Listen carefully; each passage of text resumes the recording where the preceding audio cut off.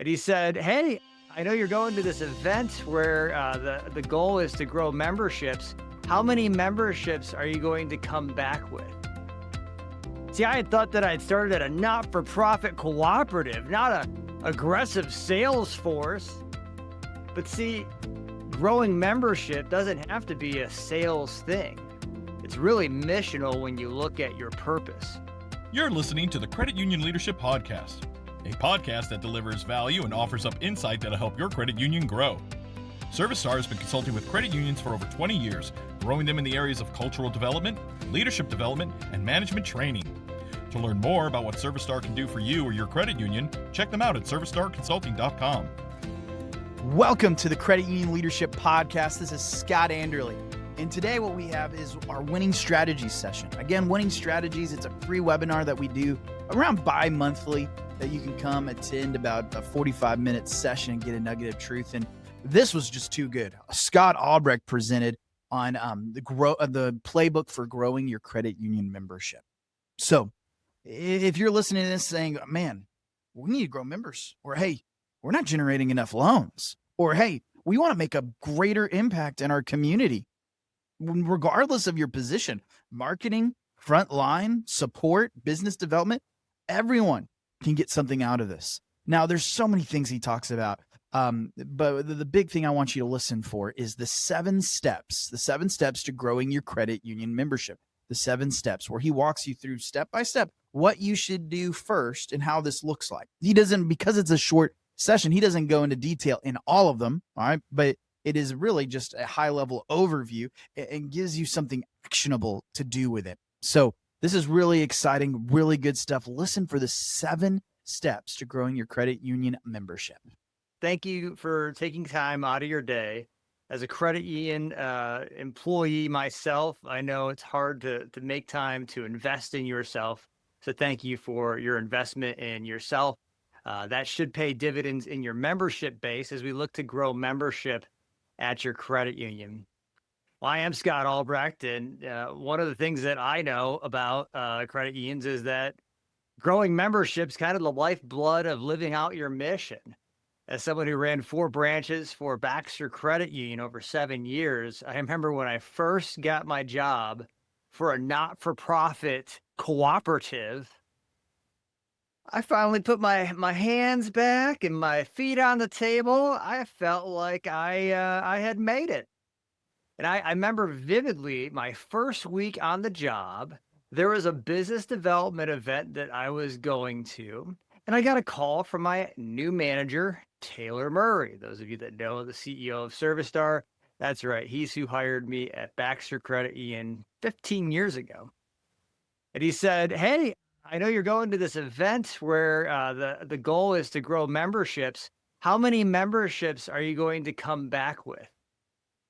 See, I had thought that I'd started at a not-for-profit cooperative, not a aggressive sales force. But see, growing membership doesn't have to be a sales thing. It's really missional when you look at your purpose. So we're pulling up a poll here. Go ahead, rank where your credit union's focus is today as it relates to growing membership. Go ahead and take a look at that poll. Maybe it's going to business development events like I went to my first week at work. Maybe it's getting new systems and technology in place. Thanks for pulling up that poll, Ryan.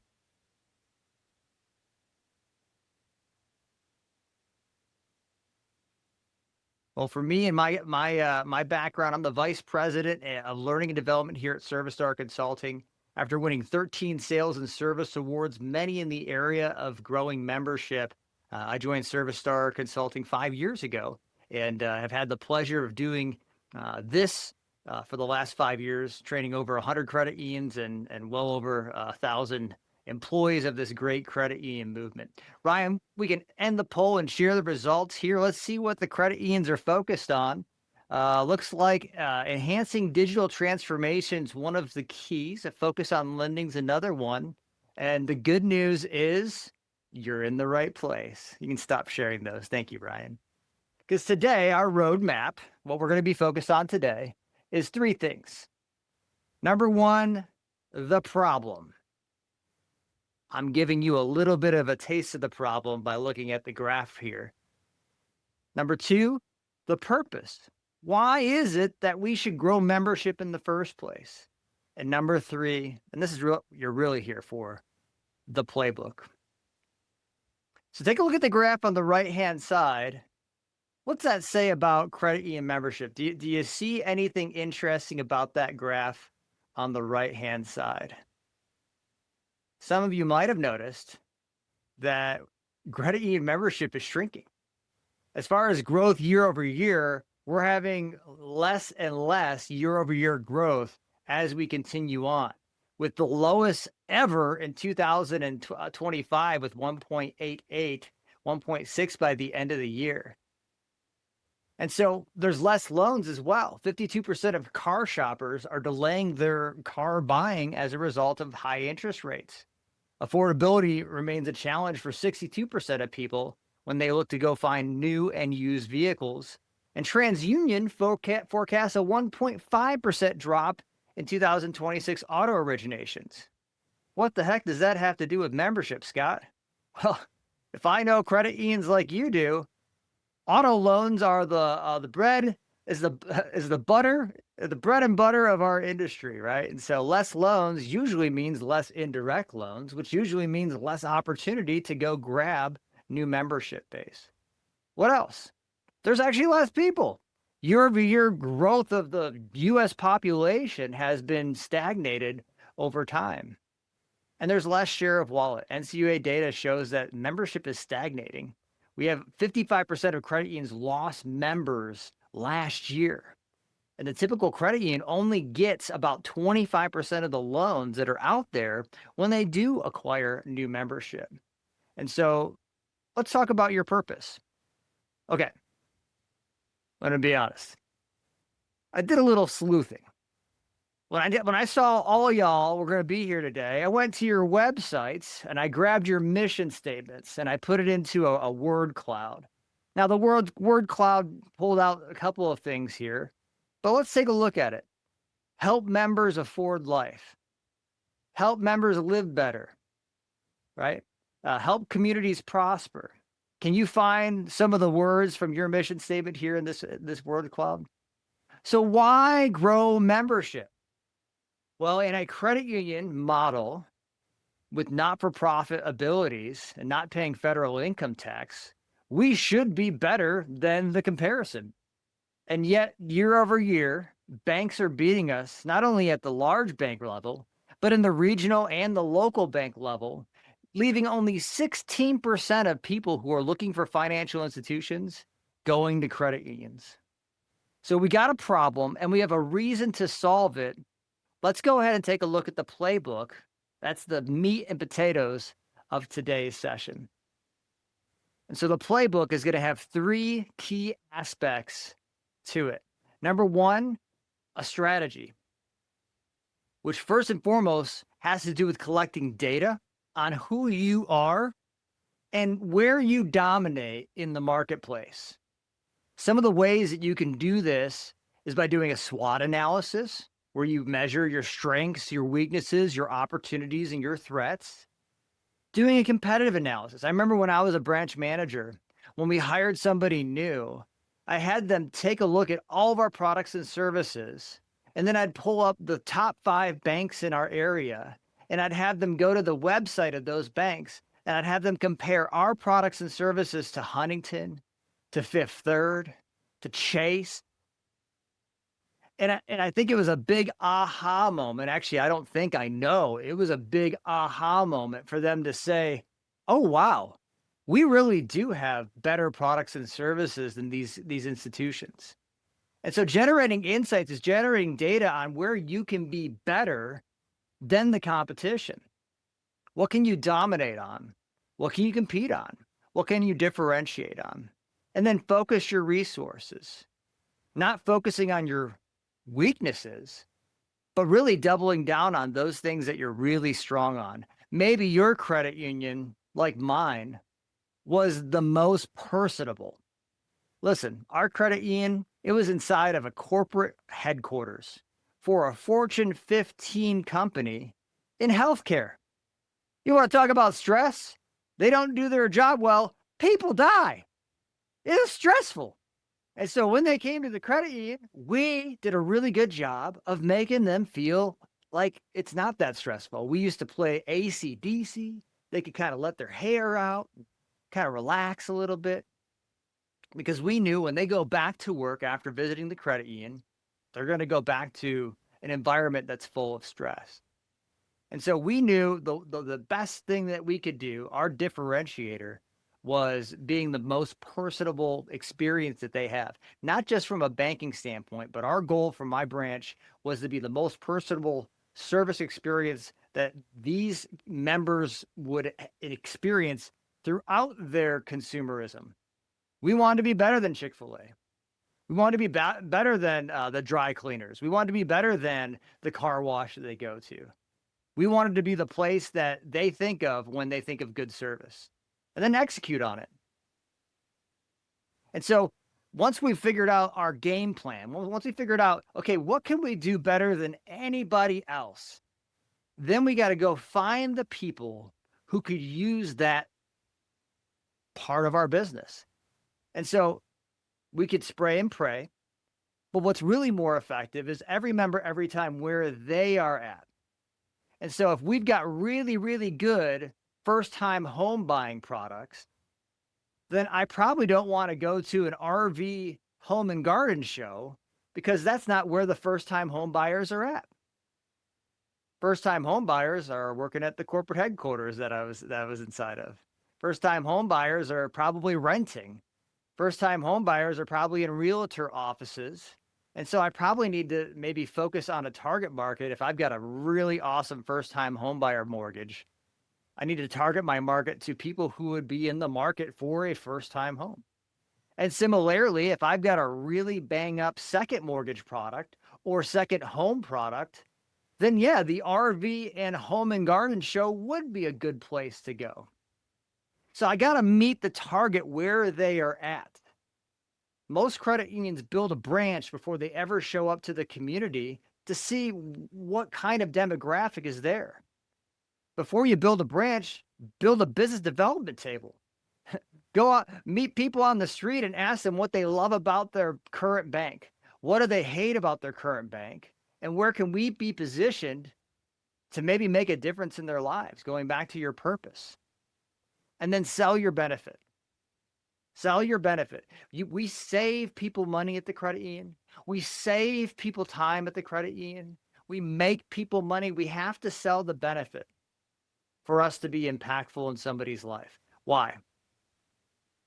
Because most people don't like to be sold to. Most people don't like to be acquired as a new member. And so I've got to make it about them. I've got to make it about how it's going to impact their life. Those of you that have gone to our Becoming a Sales Champion know exactly what I'm talking about. Saves money is something that they do. Saves money is something that they do. Makes money is something that they do. And so making it about them, meeting them where they're at, and figuring out what you're really good at is what the playbook is all about. So let's get started. What you can see here on the right-hand side is the business development training curriculum that we offer credit union clients here at Service Star Consulting, created by yours truly. And the first topic that we talk about is creating a customized strategy. Now, at the end of today's session, we are going to give you a resource that we give to people in that training that will allow you to actually create this strategy for your credit union and growing membership. So stay tuned for that. So where do you get your insights from today? An insight is 2 or 3 pieces of data that inform you as to where you're at in the world. Competitive analysis is something that I had brought up. SWOT analysis is something that I brought up. But I'd like for you to type into the chat, where do you guys get your insights today? Maybe it's industry news and conferences. Maybe it is a SWOT analysis. Maybe it is outside industry publications. But as you're garnering information about what makes you different compared to other credit unions, compared to other banks, compared to other industries, as you're garnering information about new ways in which we can maybe attack the market, attack products and services, garnering information about ways in which we can maybe approach things differently. Where do you get your insights today? Ryan, do we have any chats in the chat? Yeah, we had several industry experts slash industry news publications. We ask our members what they want, research papers, more industry publications, industry experts. Love it. And I'm guessing they didn't put this in the chat because they felt a little embarrassed, but they probably listened to the Credit Union Leadership Podcast, Ryan, as well.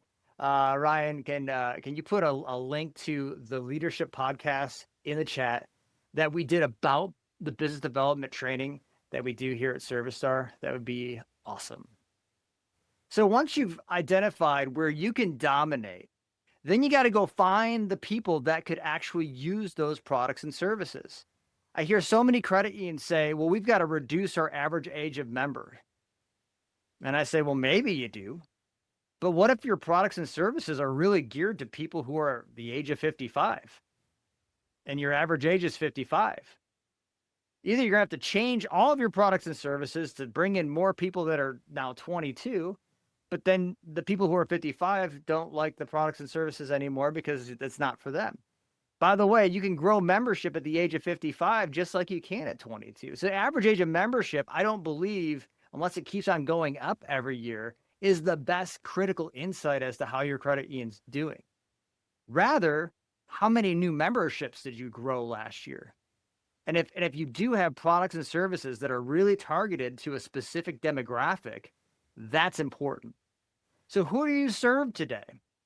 Is it the average age of 55?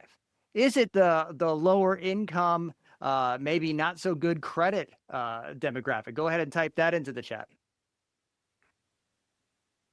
Is it young people? You got a bunch of early performers in your career there. Is it mostly worker people that maybe are, in corporate headquarters?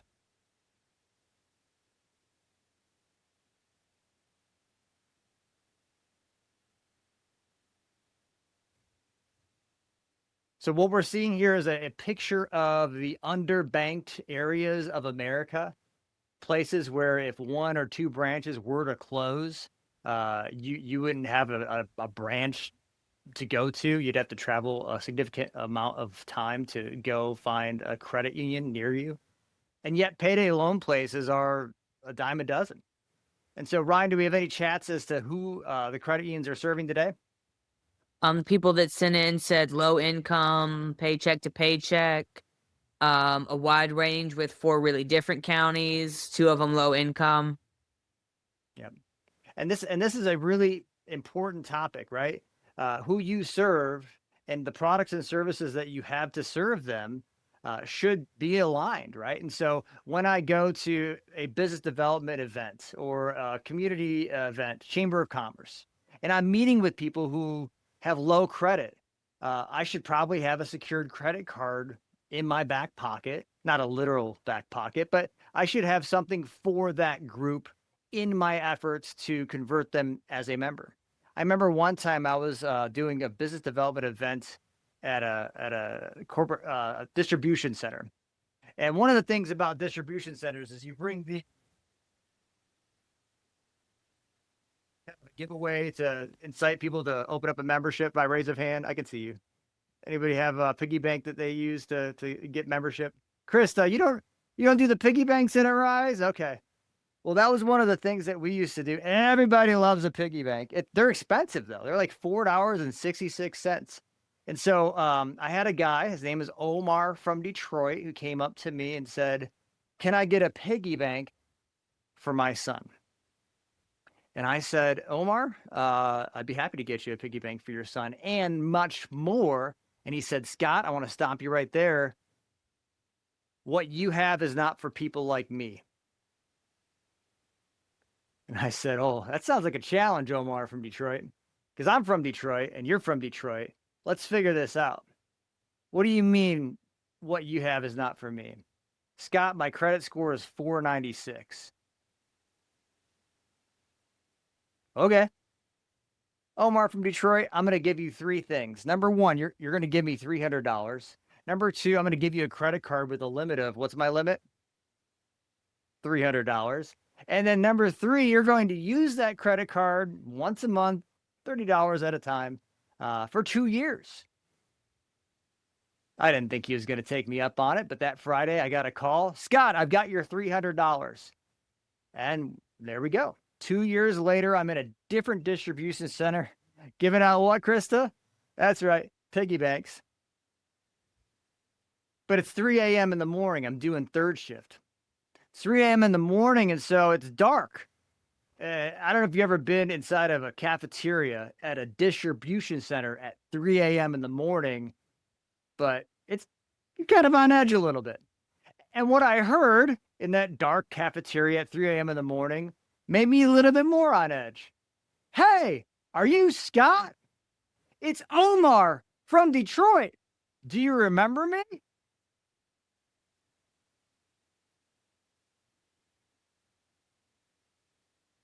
Y'all, I'm from Detroit, and that's what you hear right before the shots ring out. I thought for sure I was going to die in a distribution center at 3 a.m. in the morning. I had forgotten that I'd given Omar from Detroit a piggy bank and a $200 or a $300 secured credit card until he started coming into the light. And I saw his face, and I recognized anyone like that. You kind of recognize faces, but maybe not names. So I recognized his face. And, oh, yeah, I remember we did something. And he's like, it's crazy that you're here, Scott. It's crazy that you're here. Because, I opened my membership 2 years ago. And now I called your credit union before I came to my third shift, and I'm pre-approved for a mortgage. And I said, awesome. And he's like, you really don't remember me, do you? Right? And I said, no, man, I'm sorry. He's like, let me tell you a little bit about who Omar from Detroit is. I'm a single dad. And my only goal is to leave a legacy for my only son. And before I opened my membership with you 2 years ago, I didn't think I had a licking chance of doing anything outside of putting a couple of pennies in here to give a legacy for my son. But Scott, because of the membership that you gave me, I'm pre-approved for a mortgage, man.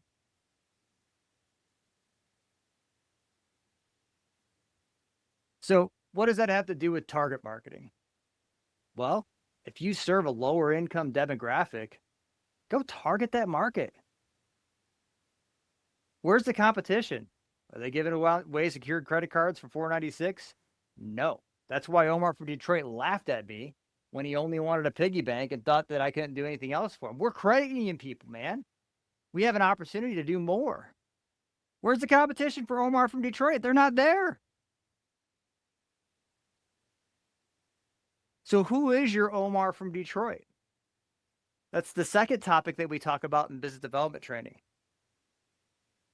And then the third thing that we talk about in business development training is when we go and we find Omar from Detroit, we have to make it about them. We have to make it about them. They don't care about what is a 2% checking account. You know that that's good, but they don't know anything about what a 2% checking account is. They don't know that a $0 balance transfer fee is a good thing. They don't even know that 6% interest on an auto loan is a good thing. But they care about saving money. They care about saving time. They care about making money. My mom used to say money doesn't grow on trees, and she is right. I've got a lot of trees in my backyard. There's no money on there. But money does grow at your local credit union. Amen? And so let the cat out of the bag. Let people know we actually have money growing on trees in the credit union. Listen, I remember I had a member that walked into my credit union multiple times for 5 years, never took us up on our checking account that offered interest. And one day I finally just said to her, what's it going to take for me to give you my money? And she's like, what? I was like, we are credit union people. What's it going to take for me to give you my money? We pay dividends on things. What's it going to take for me to give you my money? We are credit union people. And for the first time ever, because I used a benefit, I was able to get her husband a membership. I was able to get her friend a membership, and we got 2 direct deposits set up for those checking accounts as a result of talking about them, making it about them. 2% interest on a checking account doesn't work. But making them money, giving them money, now I've got their attention. And so, talking about attention, I thought it'd be pretty cool to give you guys a giveaway. Ryan, I think, you know what we should do? We should give away ways to save money on our upcoming training in April. What do you think, Ryan? You think we should save money for people using a benefit term? Let's I- save money for people. I'm going to stop sharing my screen, and we're going to pull up a wheel of names, and we're gonna spin this thing 3 times. 3 of you are going to get the opportunity to come to our training called Target Leadership in April at half price to save you some money. All right. So I'll reach out to them with that half price code for our upcoming Target Leadership class here at Service Star Consulting. We are all about executive leadership development, and that's one of the ways in which we develop our executive leaders. Hi, Mike Scott. It's good to see you, man. So business development. How can we go out to bring the business in? Too many people are waiting for the business to come to them, right? So let's go find those centers of influence to partner with. Let's go create minimum expectations and manage to those as to how many memberships we're going to grow. Just like how Taylor Murray on my first week of work said, hey, you're going to this business development event. That's not the end all be all. Your goal is to come back with 20 memberships. I said, dude, it's my first week of work. And he said, Scott, we make a difference in people's lives, but we can't do that if we're actually not creating memberships to give them that savings, to give them that benefit. And so, yeah, go to that business development event, but that's not the end all be all. Bring back membership so that we can actually improve people's lives, going back to some of your mission statements. So here's the playbook. Number 1, generate insights. We're about to show the playbook to you that you can use as a result of today's training and build one out for your credit union. But where do you want to be? Start thinking about that for your credit union. Where do you want to be? Based on the insights that you've generated about your credit union, are you going to be the number 1 credit union for the age of 55? Are you going to be the number 1 credit union in the areas of service? Are you going to be the number 1 credit union in location? Where can you dominate? Going back to Jim Collins' Good to Great, one of the key aspects that they really talked about the most in that book was the hedgehog concept. You guys remember the hedgehog concept from Good to Great? Basically, it goes like this. You've got a fox and you got the hedgehog. The fox has a million moves, is very nifty, and can do a lot of things. The hedgehog has 1 move, and the hedgehog always wins, regardless of how many different ways the fox tries to attach the hedgehog. All the hedgehog has to do is roll up into a ball, get all those spiky things out, and the hedgehog always wins. So when we talk about where do we want to dominate as a credit union, that's the hedgehog. It's the thing that made all of the companies that were mentioned in Good to Great by Jim Collins great companies. They found something that they could be better than anybody else at. For my credit union, it was to be the most personable, where everybody knows your name. Where everybody knows your name. That's a Cheers song. Or if you're more modern, say my name, say my name. And then focus your resources. All right, so we know that that's a strength of ours. Let's double down on it. Let's make it the best that we've ever done. Where are we at now? Where do we want to go? And how will we know when we get there? And set some expectations for it. So growing membership is more than just marketing's job. Amen, Krista? There we go. She's in marketing. A strategy helps define your competitive advantage and frames your target market. And so we need to be able to not just have a strategy, but execute on it. And so let's actually share that resource and put it in the chat, Ryan. I'm going to stop sharing my screen here. Let's pull up that resource called the Playbook. that you can take after today's webinar and utilize to grow credit union membership at your credit union. Thank you, Ryan, for pulling that up. So this is the resource that's going in the chat right now. Number one, generating insights. How can you leverage credit union strengths, right, to dominate, to improve people's financial well-being? And then focus resource. How can you dedicate significant resources to growing membership? Executing. How can you build awareness to achieve success? And then target your market. Where do you want to be? Why are you planning to increase membership? Where are you at today? What type of eligible memberships are your products and services best suited for? How will you get there? Where do you tend to be and when? And why do you, and what do you need? And then how will you know when you get there? What measurements will be used to determine success? And then execute your playbook. How do you plan to provide value? Saves time, saves money, makes money, peace of mind, convenience. It has to be about them. And then who do you need to partner with? Is a Chamber of Commerce a part of your playbook? Is the Elk Club or the Lions Club or the Rotary Club a part of your playbook? Or are you more business partner specific like I was? Going to that company partner and partnering with their HR team and their facilities team and their security team to be at their events, their all employee team meetings, their town halls, their company picnics in the summertime. So who do you need to partner with? Is it the community? Is it the city council? And what are your minimum expectations for growing membership? Setting these minimum expectations is key. As leaders of credit unions, you're going to have to let people know it's not just my expectation that you go to a business development event, but to pull the page from Taylor Murray's playbook, it's my minimum expectation that you come back with memberships, and not just any memberships. It's my minimum expectation you come back with 20 memberships. So we need your help in letting us know how today went. We've got another winning strategies session coming up in May. Hope you can join us for that. But please scan this QR code. We're also putting the link in the chat. Thank you, Ryan, for doing that. And let us know how we did today and maybe how your credit union is in this area.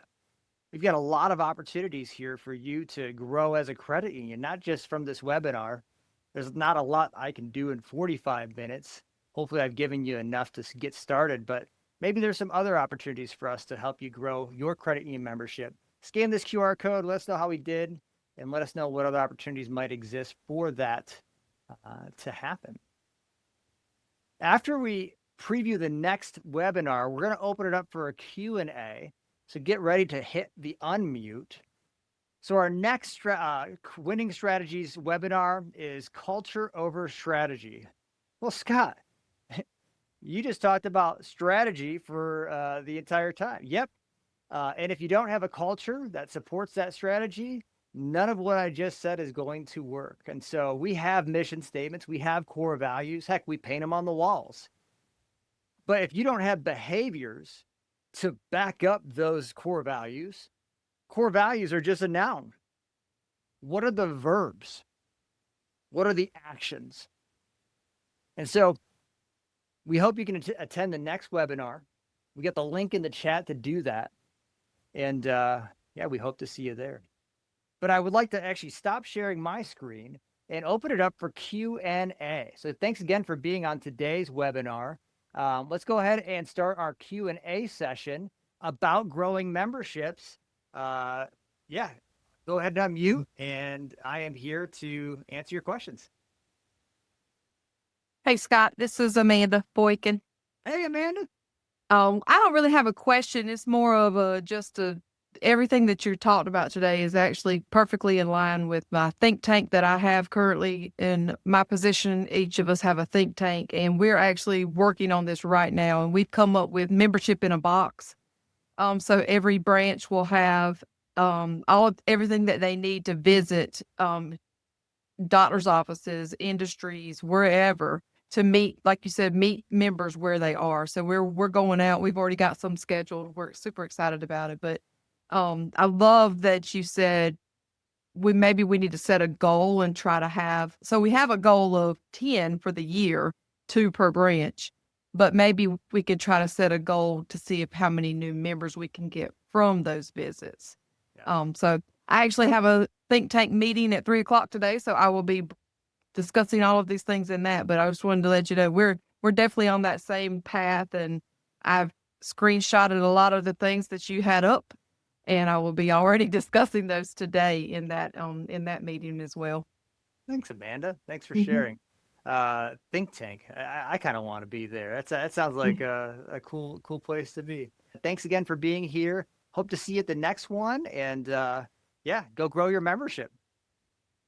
Man, growing your credit union membership. When you hear it like that, it's inspiring, where you start to think, I can do this. And then you're equipped with this idea of, all right, the playbook. What's the playbook focused on? And you generate insights. You say, where do we want to be? I thought it was really insightful.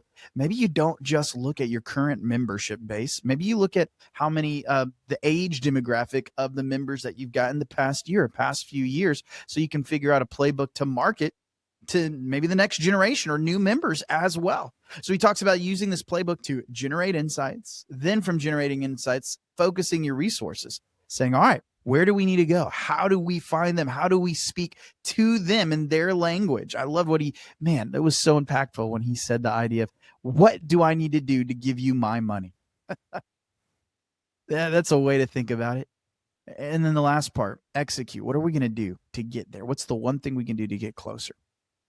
So with this idea of the problem, connecting it to our purpose, and that leads to the playbook. It's not about just strategy for strategy's sake.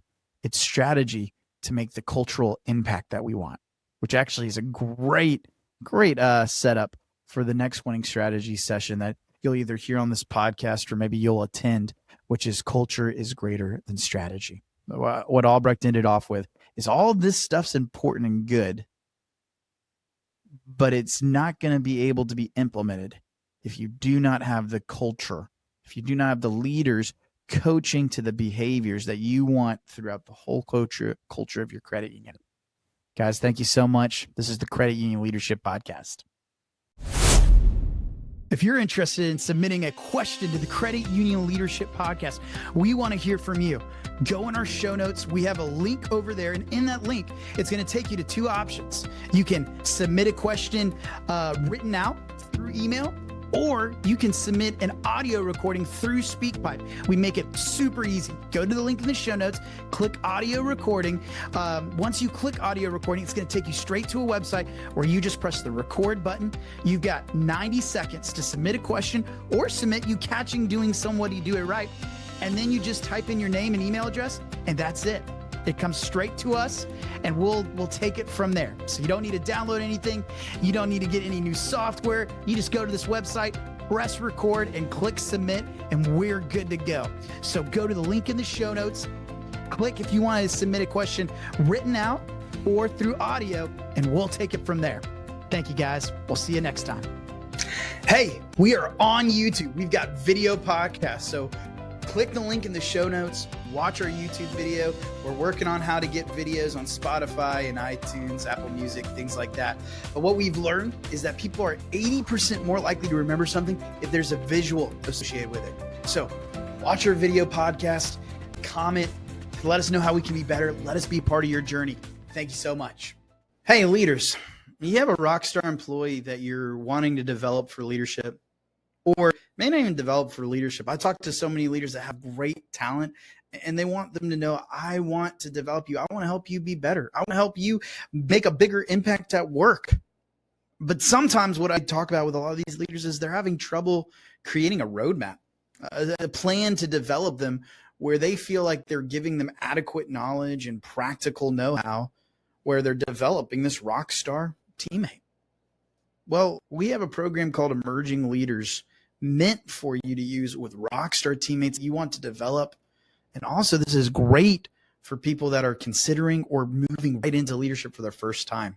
What this course does is it turns them into confident, competent, and high-performing leaders who'll be able to develop their own personal leadership style. This Emerging Leaders is what I call level 1 leadership course, like 101, where it's more internal focus. It's getting your headspace, getting you in the right headspace so you can focus on deploying core coaching skills and maximize employee engagement and performance. But we've got to work on leading ourselves. Mark Miller, former high performance leadership coach at Chick-fil-A, said the hardest person we have to lead is ourselves. And I've got to be the example of the ideal team player before I start coaching ideal team players. So Emerging Leaders, this is a live online training where you get to network with other new managers from across the credit union movement.